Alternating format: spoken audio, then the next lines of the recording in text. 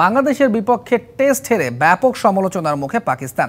4 pacer দলে থাকলেও কোনো স্পেশালিস্ট স্পিনার না রাখায় টিম ম্যানেজমেন্টের ওপর ক্ষোভ প্রকাশ করেছেন শহীদ আফ্রিদি, রমিজ রাজা, রশিদ লতিফরা। পাশাপাশি বাংলাদেশ দলকে প্রশংসায় ভাসিয়েছেন তারা। রাওয়ালপিন্ডিতে বাংলাদেশের বিপক্ষে 10 উইকেটে প্রথম টেস্টে হেরেছে পাকিস্তান। ফ্ল্যাট উইকেট বানিয়ে মূলত 4 বিশেষজ্ঞ পেসার নিয়ে দল সাজিয়েছিল স্বাগতিকরা। পার্ট টাইম স্পিনার হিসেবে আগা সালমান থাকলেও দলে ছিল না কোনো বিশেষজ্ঞ স্পিনার। বিপরীতে পাকিস্তান বধে টাইগার স্পিনাররাই নিয়েছেন 7 উইকেট। আর তাতেই পাকিস্তানের একাদশ নির্বাচন নিয়ে চটেছেন সাবেক অধিনায়ক শহীদ আফ্রিদি। উইকেট বিবেচনা করে একাদশ নির্বাচনের বিচক্ষণতার অভাব দেখছেন তিনি। পাশাপাশি টাইগারদের পারফরমেন্সেরও প্রশংসা করেন এই অধিনায়ক। এমন পিচ তৈরি, 4 জন ফাস্ট বোলার খেলানো এবং বিশেষজ্ঞ স্পিনারকে বাইরে রাখার সিদ্ধান্ত নিয়ে গুরুতর প্রশ্ন ওঠে।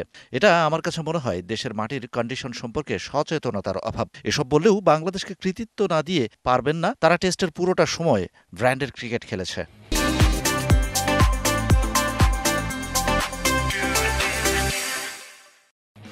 নিজের ইউটিউব চ্যানেলে রমিজ রাজা বলেছেন, এমন হারে আত্মবিশ্বাসের তলানিতে পাকিস্তানের পেসাররা।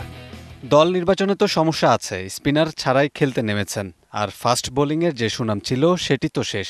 দুনিয়া বুঝে গেছে এদের উপর চড়াও হলে এরা সুনাম অনুযায়ী পারফর্ম করতে পারবে না। সেখানে বাংলাদেশের পেসাররা অনেক সুযোগ তৈরি করেছে।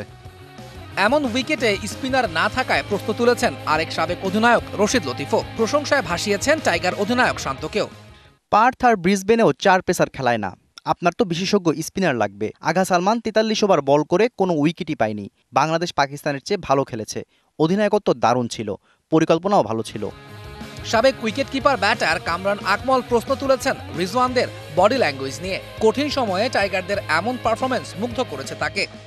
আমাদের ক্রিকেটারদের খেলা ও শারীরিক ভাষা মোটেও সুবিধার ছিল না। বাংলাদেশের জন্য কঠিন সময় ছিল, এরপরও তারা দুর্দান্ত পারফর্ম করেছে। তারা মূলত পাকিস্তান ক্রিকেটের মুখোশ খুলে দিয়েছে। ক্রিকেটারদের দেখে মনে হচ্ছিল তারা ক্লাব ক্রিকেট খেলছে। সিরিজের দ্বিতীয় টেস্টে 30 আগস্ট এই রাওয়ালপিন্ডিতেই মুখোমুখি হবে পাকিস্তান ও বাংলাদেশ। তৌহিদুল ইসলাম, ডিবিসি নিউজ ডেস্ক।